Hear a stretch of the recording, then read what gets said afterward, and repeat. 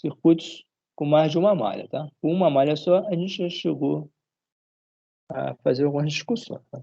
Ó, esse aqui já caiu em prova várias vezes, e tem pessoas que conseguem se atrapalhar com ele, mas é um problema relativamente banal, tá? Ele só é, aparentemente, a aparência dele é feia, tá? Então, os problemas desse nível, eles só são complicados no sentido de que eles colocam um monte de bateria, um monte de resistores em série paralela e pede as correntes, a diferença de potencial, mas não tem nada de excepcional, tá? Se vocês seguirem os dois princípios, lei das malhas e lei dos nós, e tiverem paciência de montar as equações de cada ramo, e depois ter uma certa habilidade para conectar uma com a outra para resolver, ou seja, resolver sisteminhas lineares, essas questões são normalmente automáticas, não tem chance de erro nenhum, tá? Olha, então ele pede, por exemplo, aqui, ó, ele dá aqui os resistores R1, R2 100, outra 50. As baterias, uma é de 6 volts, a outra é de 5 e a outra é de 4. Tá na ordem é 1, é 2, é 3. Ó. 5, não, 6, 5, 4. Tá? E é só isso que dá. Ó, então ele quer saber item A aqui, ó, qual é a corrente no resistor 1. Tá? Olha, essa pergunta aqui é absolutamente óbvia, tá? E está evidente aqui, né? Mas já teve provas que eu dei isso, teve gente que errou, tá? A questão, o item A, tá? Olha, o item A, ó, veja só, não tem absolutamente nada para fazer, ó. Tem esse ponto aqui, ó, tem uma bateria, paralelo com ele está a resistência. A corrente dele, ó, a lei de Ohm, corrente nele é sobre R, tá? Não tem nada para fazer aqui, ó. Tá? Corrente nesse ramo aqui, ó, tem nada de excepcional, não precisa montar equação, não precisa montar nada, tá? Corrente nesse resistor é simplesmente a bateria que está em paralelo com ele, dividido por ele, ó. Não tem, se quiser pode fazer as percurso com as variações algébricas, ó. Mas você lembra que era a lei de Ohm? A bateria em paralelo com o resistor, a corrente é V sobre R, ou E sobre R no caso, ó. Então a corrente, ó, é sobre R, imediato, tá? 50 miliamperes. Então, isso é a corrente 1 é absolutamente dada aqui, né? Agora, a corrente no resistor 2, depois, né? E a diferença de potencial entre A e B. Esse ponto aqui e esse. Tá? Então, a corrente no resistor 2, aí você já tem que fechar essa malhazinha aqui, ó, segunda malha. Tá? Então, aí vocês têm que arbitrar algum sentido de corrente aqui, tá? Então, ele aplicou, olha, ele supôs aqui que a corrente está no sentido da fonte 1, tá? Que é a de maior valor, né? É ela que vai arbitrar, ela que vai impor o seu sentido, tá?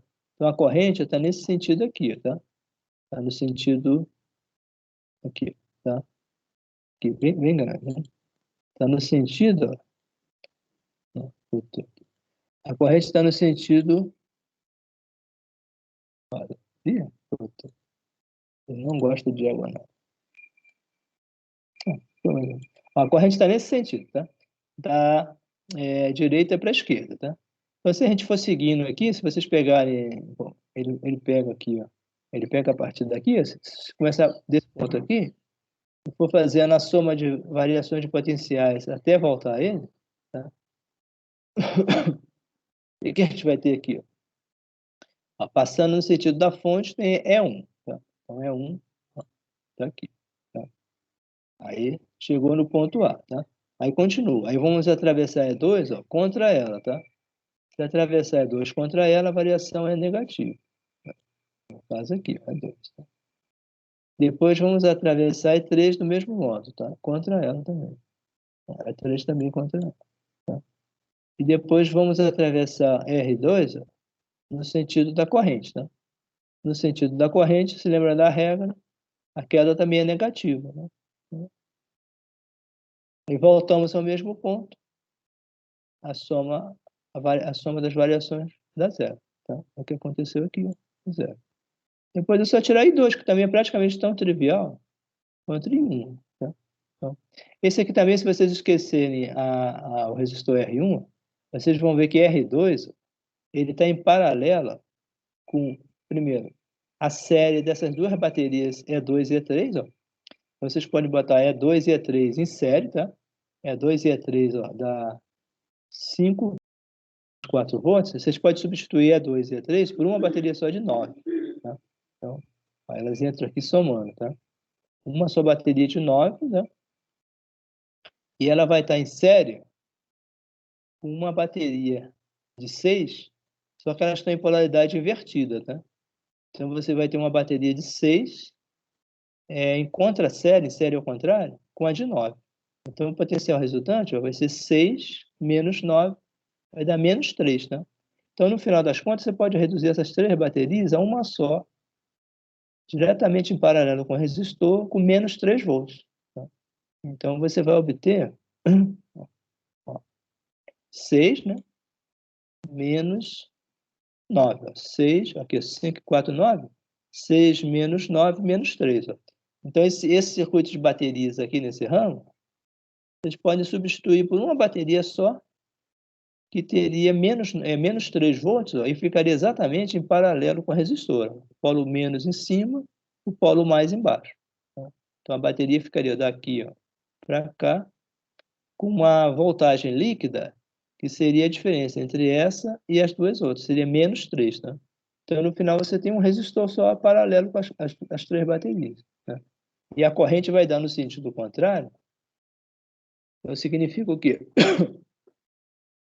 Significa que o sentido que a gente arbitrou, na verdade, é o contrário.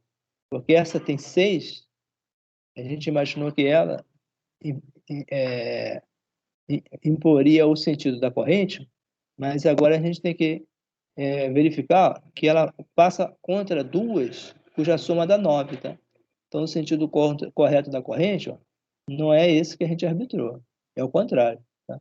Então, aqui vai ter 2 baterias com 9, menos uma com 3, ó. Então a corrente flui exatamente ao contrário, flui da esquerda para a direita, ela flui nesse sentido, tá? E não no sentido que eu tinha arbitrado aqui. Ó. Então a corrente deu negativo, tá?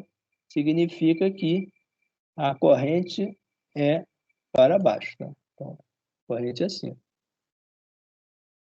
para baixo no resistor 2, tá? E não o contrário, né? Como a gente tinha, tá? Então, esses circuitozinhos de várias baterias e resistores, você tem que ter uma certa paciência para ir reduzindo eles, né? Mas eles normalmente não tem nada assim de muito complicado. Agora, esse aqui já caiu em prova, né? E eventualmente tem gente que não consegue. Aí monta um monte de equações aqui que não tem sentido, né? Que é só isolar os 2 ramos, ó, a solução é imediata. Agora falta o item C, tá? Ele quer saber quanto é VA menos VB, tá? Diferença de potencial entre A e B. Aí aqui vocês fazem a variação só entre os 2 pontos, tá? Então, vocês saem daqui, por exemplo, do ponto B, saindo do ponto B, como ele fez aqui, aí vocês vão ter o VB, né? Saindo para a esquerda, né? Agora, usando o sentido correto da corrente. Então, vamos ter VB, aí atravessa a bateria 3 no sentido correto, mais E3, essa também mais E3, igual a VA, tá? Então vai ser, VB, atravessou E3 no sentido correto, atravessou E2 no sentido correto, e vai chegar ao potencial do outro lado, que é VA. Tá? Então, saiu daqui, VB mais E3 mais E2 igual VA. Depois, separando aqui VA menos VB, que é a diferença de potencial que a gente quer, dá simplesmente a soma das duas, tá? 9 volts. Tá? E é também evidente, tá? Se você, aqui o Twitter é absolutamente evidente, não precisa fazer conta nenhuma, tá?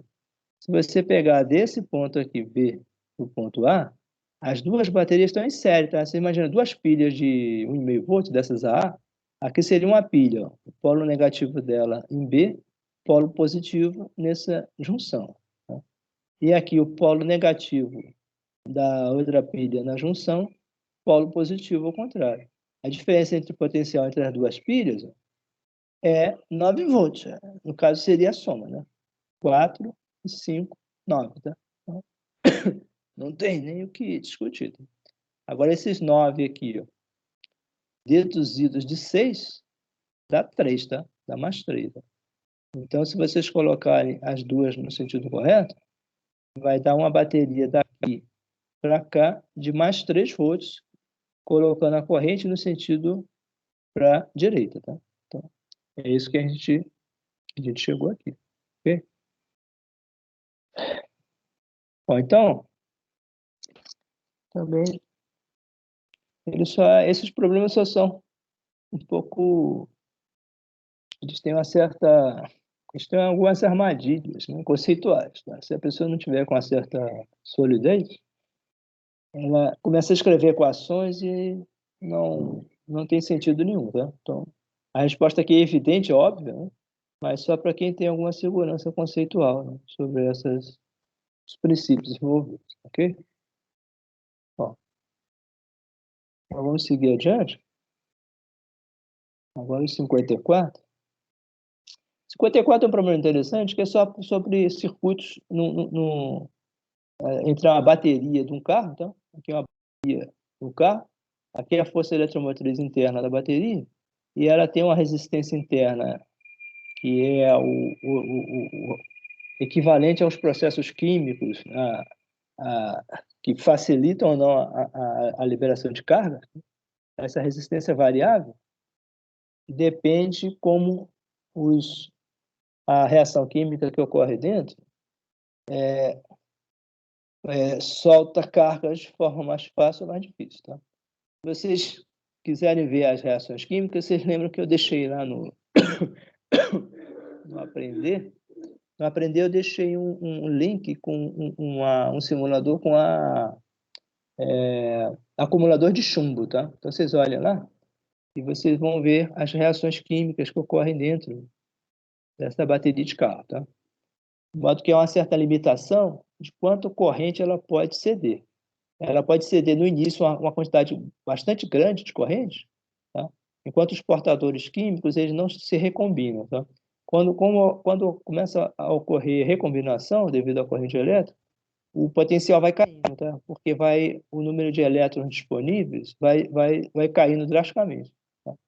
E com o tempo, se o fluxo for mantido, todos os portadores se combinam, positivos e negativos, e não sobra mais nenhum para circular. Tá? Então, a bateria ela consegue ceder uma quantidade de corrente grande no início, mas depois cai rapidamente. Tá? Então, aqui é o caso que ele diz o seguinte. Ó, aqui ele diz que os faróis do carro são acesos e tem um amperímetro aqui. Você lembra que a gente já comentou sobre os aparelhos de medida, o amperímetro? Tá? É o aparelho para medir a corrente sempre ligado em série. Tá? O que você vai medir. Tá? Então, o amperímetro indica 10 amperes, né? E um voltímetro também, a gente já comentou. E veja naqueles simuladores como é que vocês usam os voltímetros. Né? Ele indica 12 volts. Tá? Então, esse circuito é assim. Quando essa primeira chave aqui é fechada, essa aqui,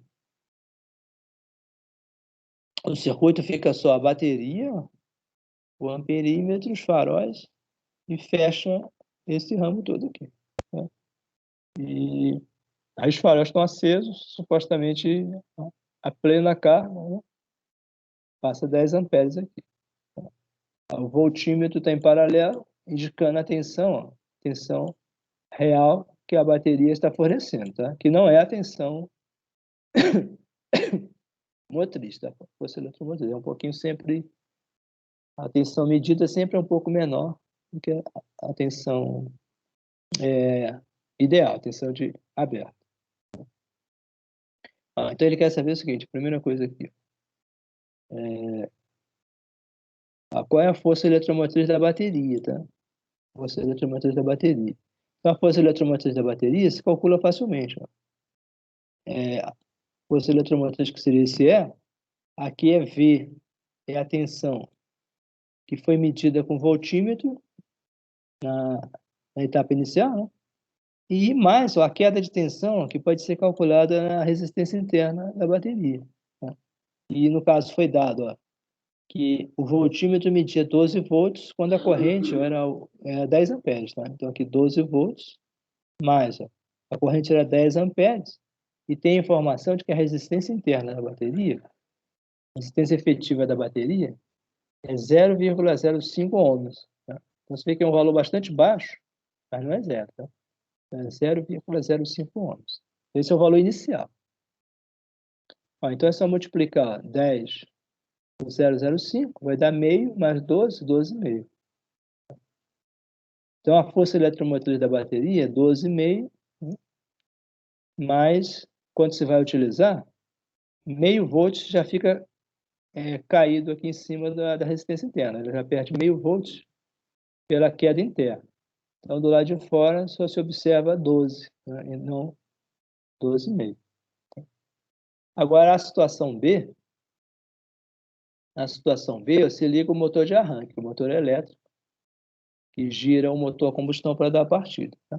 Aí, ó, o amperímetro tem uma queda de indicação, passa a indicar 8 amperes e não 10, né? Como foi no início. Tá? Então, ele cai de 10 para 8. Tá?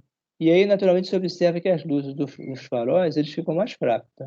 Então, na hora de ligar o carro, principalmente se a bateria não estiver muito boa, deve-se desligar todos os aparelhos, equipamentos que estejam ligados no carro. Faróis, equipamento de som, tudo que está no farol, tudo que está ligado, consome energia. Tá?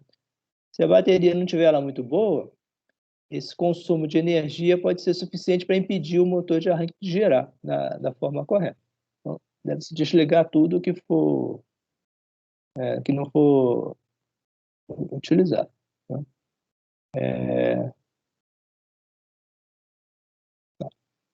Bom, então, ele quer saber agora o seguinte, o item B, qual é a corrente do motor de arranque quando os faróis estão acesos. Tá? Então, a corrente do motor de arranque.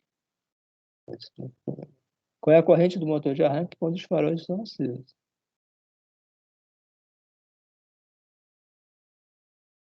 É que ele não corrigiu, quer deixar certinho. Não tem a mão.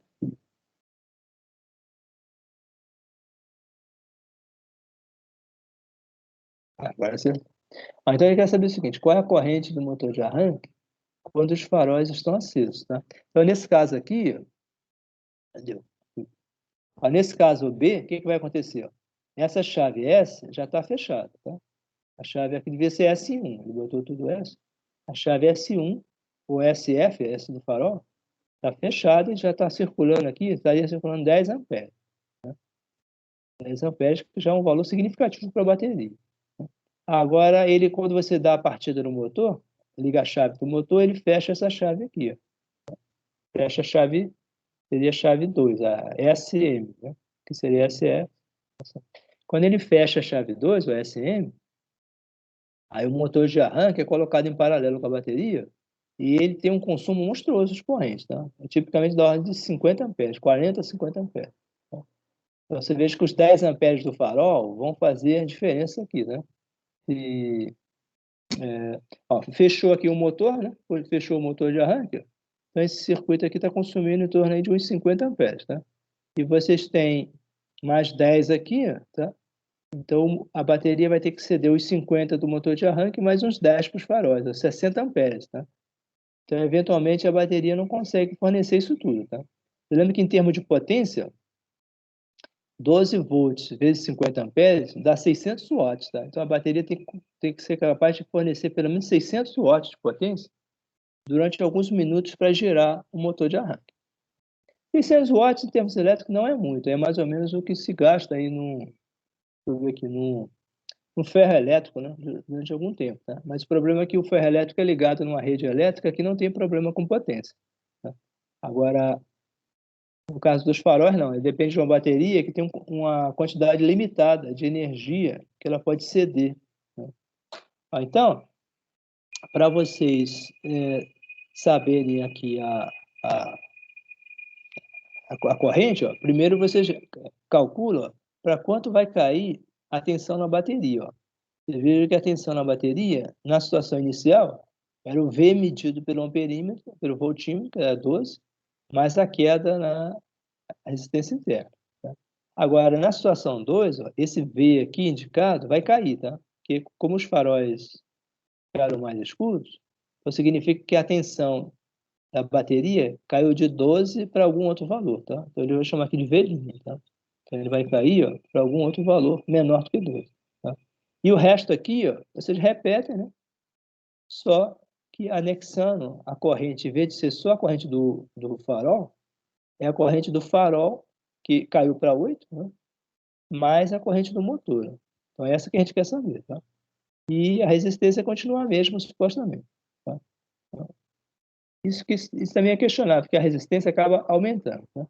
Mas a equação mínima seria essa. Ó. A tensão medida no voltímetro cai para V' e a queda devido à resistência interna aumenta, tá? Em vez de ser só o farol vezes o Rzinho, passa a ser corrente do motor mais corrente do farol vezes Rzinho. Agora, o V', você pode até calcular aqui imediatamente. Ó. O V' vai ser o quê? Vai ser a nova corrente nos faróis, no amperímetro, né? Vezes a resistência dos faróis. Tá? Então, vai ser 8 amperes, que foi medido, tá? E a resistência dos faróis, vocês podem usar a lei de Ohm para calcular. Foi dado, ó, quando tinha 12 volts em cima dele, passou uma corrente de 10 amperes. Então, 12 volts sobre 10 amperes, a resistência é 1,2 ohms.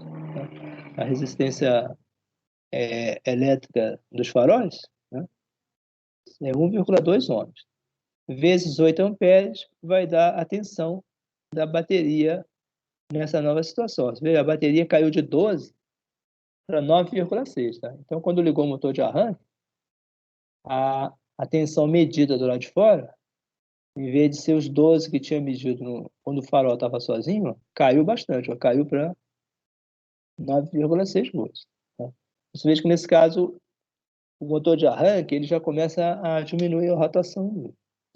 Agora, o último caso, então, é só isolar aqui a corrente no motor. A corrente no motor, separando isso tudo aqui, vai ser E menos V' dividido pela resistência interna. Aqui, né? E descontado dos 8, vai sobrar o I sozinho. Então, feito isso, ó, deu 50 amperes, que é mais ou menos o que eu tinha imaginado.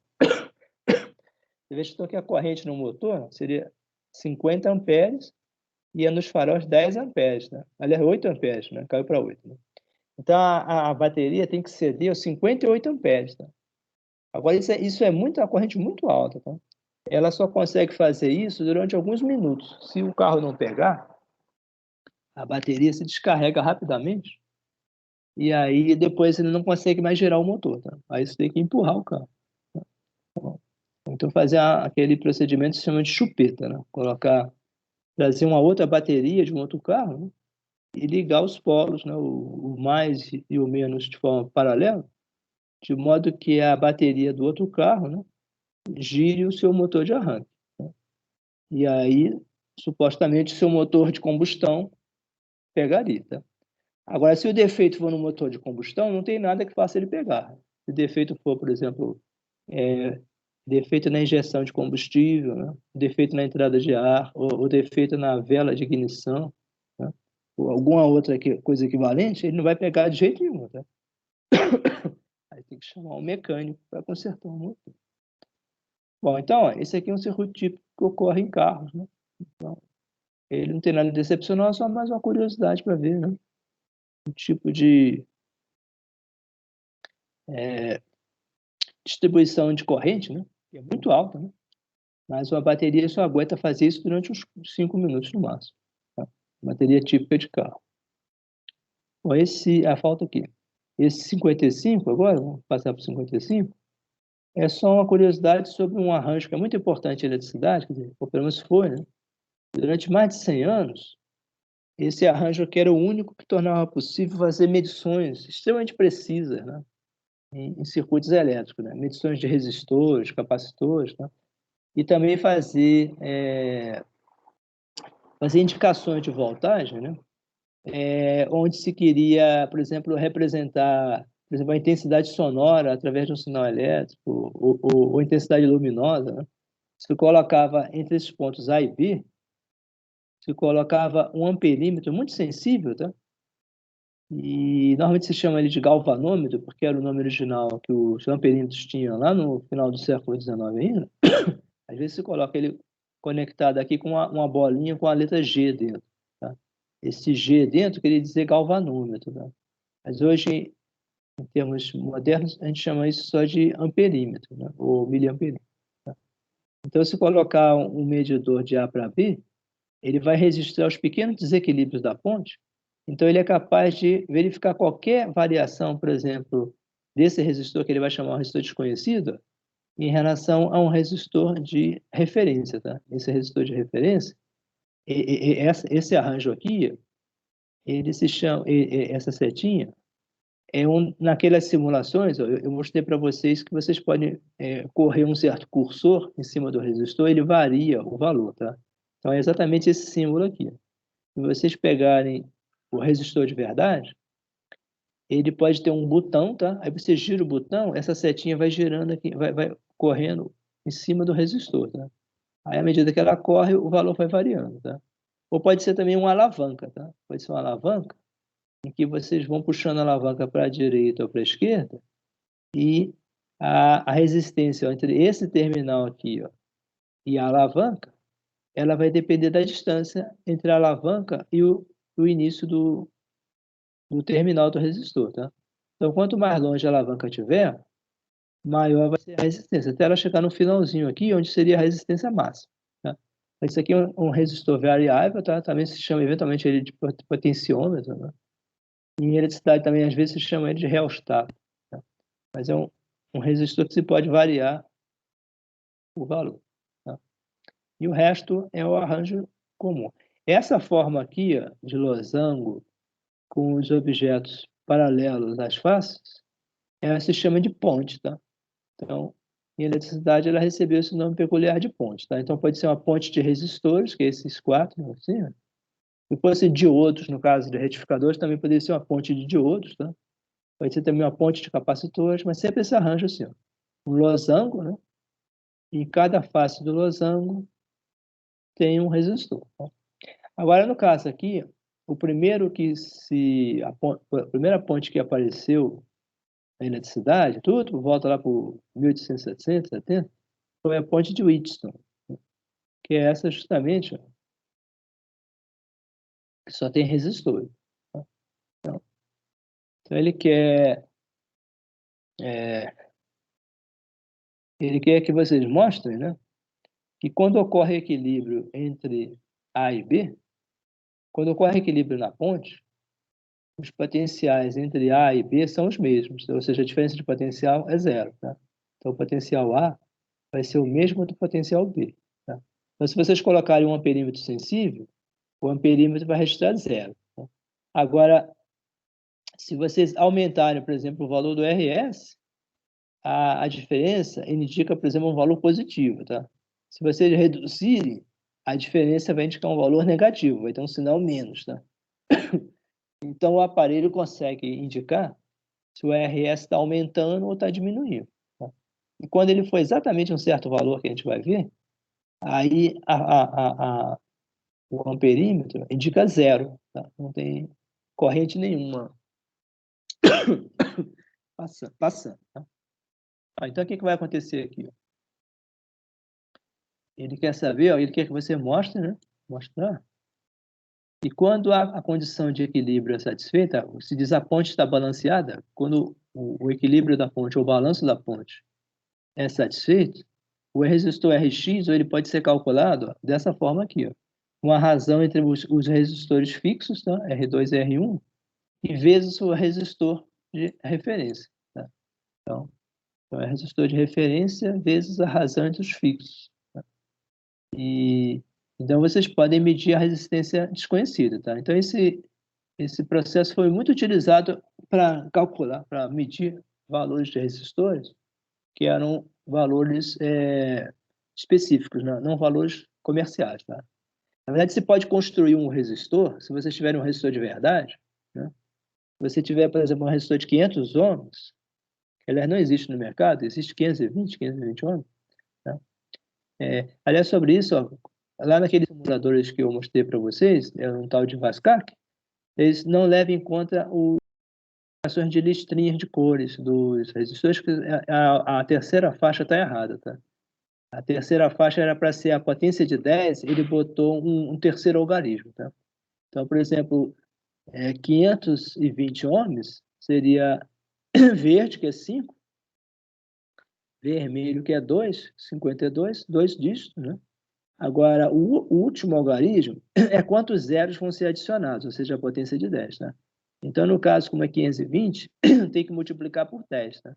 Então, vocês colocam a faixa marrom, tá? Marrom quer dizer 1, tá? Então, marrom é 1, significa que vai acrescentar um zero. Então, 52 mais um zero, 520, tá? É o mesmo que pegar 52 e multiplicar por 10, tá? Então, tome cuidado lá com os códigos de cores, que estão lá naqueles simuladores, porque está errado, tá? O cara programou a terceira listrinha, que era uma potência de 10, ele programou como um dígito. Aí os valores não dá errado. Bom, mas os valores numéricos, no caso lá, são mostrados nos aparelhos, nos indicadores, né? Então, não tem problema. Agora, aqui, ó, a gente vai mostrar que a condição de equilíbrio da ponte é essa relação, tá? Então, para isso, vocês utilizam as informações aqui que vocês têm, tá? Aqui no caso, supõe-se, ele vai supor o seguinte, ó, supõe que a corrente I2, não, supõe que a corrente I1 é a corrente em R1, R2, ó, nesse ramo aqui, ó, R1, R2, e ela está considerada no sentido para a direita, tá? Então, o sentido dela é esse de cá, tá? Esse sentido aqui é o sentido da corrente I1, tá? Positivo, tá? E aqui a corrente I2, ó, então I1 é essa de cá, né? E a corrente I2, ó, atravessa o RS, o RX, tá? E considerada positiva também se o sentido é para a direita. A mesma coisa aqui, ó. Tá?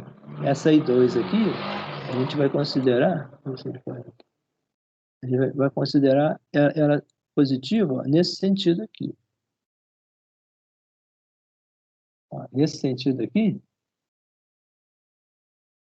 ó, nesse sentido aqui, I2 é positiva, assim, né? Veja que elas estão em contradição, porque as duas estão entrando aqui. Aí pode somar as duas e sair a total, seria I1 mais I2, tá certo. Esse nó aqui, então vai entrar I1 e I2, soma e vai dar corrente total.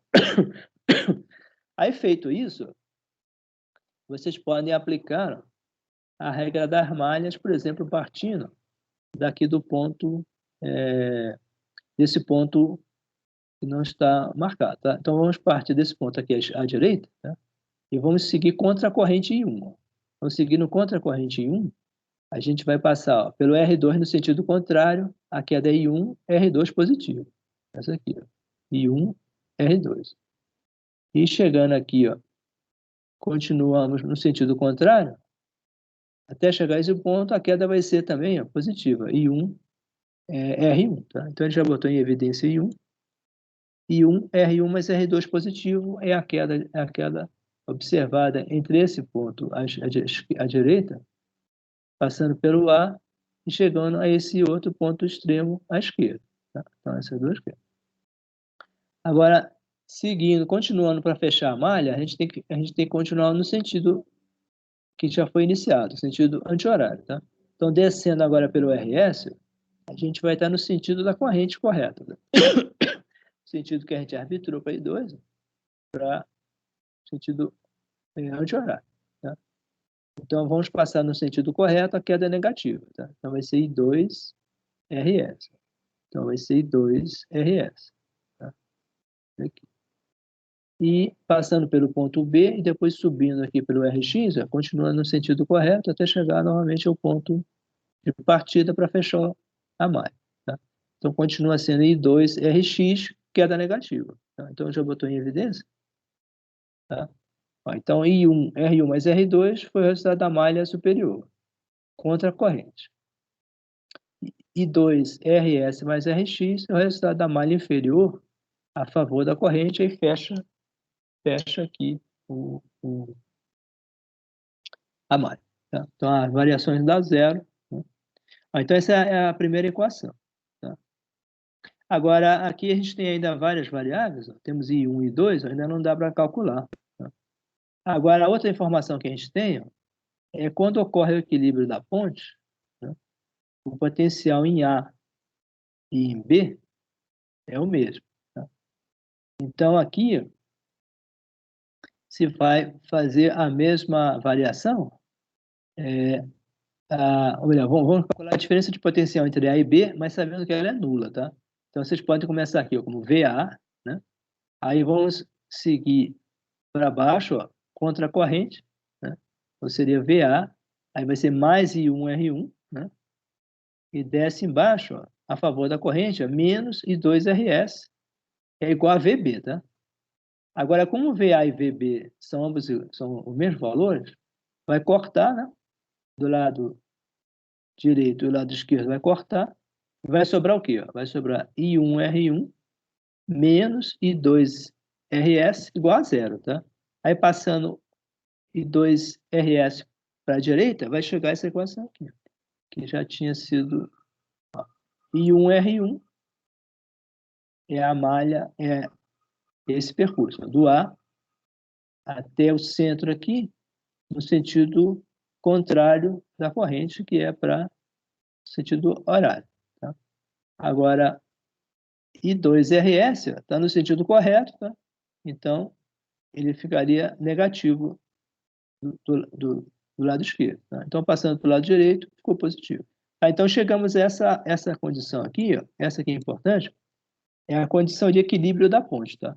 Então, diz que para o potencial, a diferença de potencial entre A e B ser zero, tá? Então é nesse ponto que o amperímetro dá zero a leitura, tá?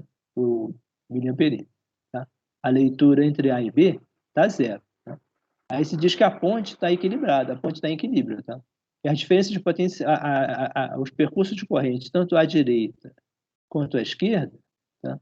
Eles fazem com que os dois potenciais, superior e inferior, sejam os mesmos. Tá? Então, a diferença de potencial dá zero e o aparelho não mede nada. Tá? Ele dá zero. Então, a condição de equilíbrio é esse equilíbrio das duas correntes aqui. Tá? I1 é I1 igual a I2 é I2. Agora, feito isso, se pode tirar o valor do I2 em função do I1. Tá? O I2 vai ser I1 vezes a razão desses dois resistores, R1 e RS. Aí agora a gente pode voltar na equação da malha inteira, da malha original, que a gente tinha essa aqui no meio, né? E substituir dois aqui, ó, esse 2 aqui, ó. Tá? Então, ó, repetir o primeiro termo continua inalterado, tá? O segundo termo, repetiu RX e RS, a mesma coisa. Né? Agora o I2, ó, substituiu por I1 R1 sobre RS. Ó, I1 R1 sobre RS. Agora, se vocês perfazem aqui os produtos, vocês vão ver se multiplicar R1 sobre RS vezes RS, vai dar R1, tá? Esse primeiro termo, dentro desse parênteses, o primeiro termo à direita, vai ficar RS vezes R1 sobre RS. Então, sobra R1, tá? Vezes a corrente, a gente vai ter R1 e 1. Tá? Então, R1 e 1, aí vocês observam que do lado esquerdo tem exatamente a mesma coisa, R1 e 1. Tá? Então, cortando R1 e 1 da esquerda com R1 e 1, que é esse primeiro produto, vai sobrar o quê? Vai sobrar na esquerda R2 e 1, né? E vai sobrar aqui, na direita, vai sobrar RX, R1 sobre RS. Tá? Então, esse 1 aqui, ó, já pode cortar, na verdade já pode até cortar de antemão, né? Corta o I1, corta o I1. Tá? Então, vai sobrar ó, R2, R1 sobre RS vezes RX. Tá? Então, tirando RX, ó, vai ficar R2 sobre R1, passa para baixo, ó, R2 já estava aqui, R1 passa para baixo, tá? E o RS continua onde ele estava. Ó, então, chegamos à fórmula de equilíbrio da ponte, tá? Então, ó, essa fórmula foi utilizada durante muito tempo para medir resistores desconhecidos, tá? Se você não sabia o valor do resistor desconhecido, você podia botar ele aqui na ponte, se você soubesse o R1 e R2 e conseguisse variar esse RS de alguma forma conhecida, você variava ele até a indicação do galvanômetro ou do amperímetro dar zero, tá? Quando der zero, você faz a leitura do RS, né? De alguma forma você conhece ele por uma proporção geométrica, né? Você pode saber o valor inteiro, né? E você pode colocar uma régua em cima dele. A resistência é absolutamente linear, né? Então, se você pegar uma fração da régua, vai estar para o valor inteiro, né? E numa proporção definida, tá? Então esse valorzinho aqui, ó, vai estar para o valor total, como essa largura, essa distância entre o extremo e o outro, vai estar para a régua inteira, tá? Então, vocês podem achar o valor Rx, tá? Rx, ó. Então, no caso,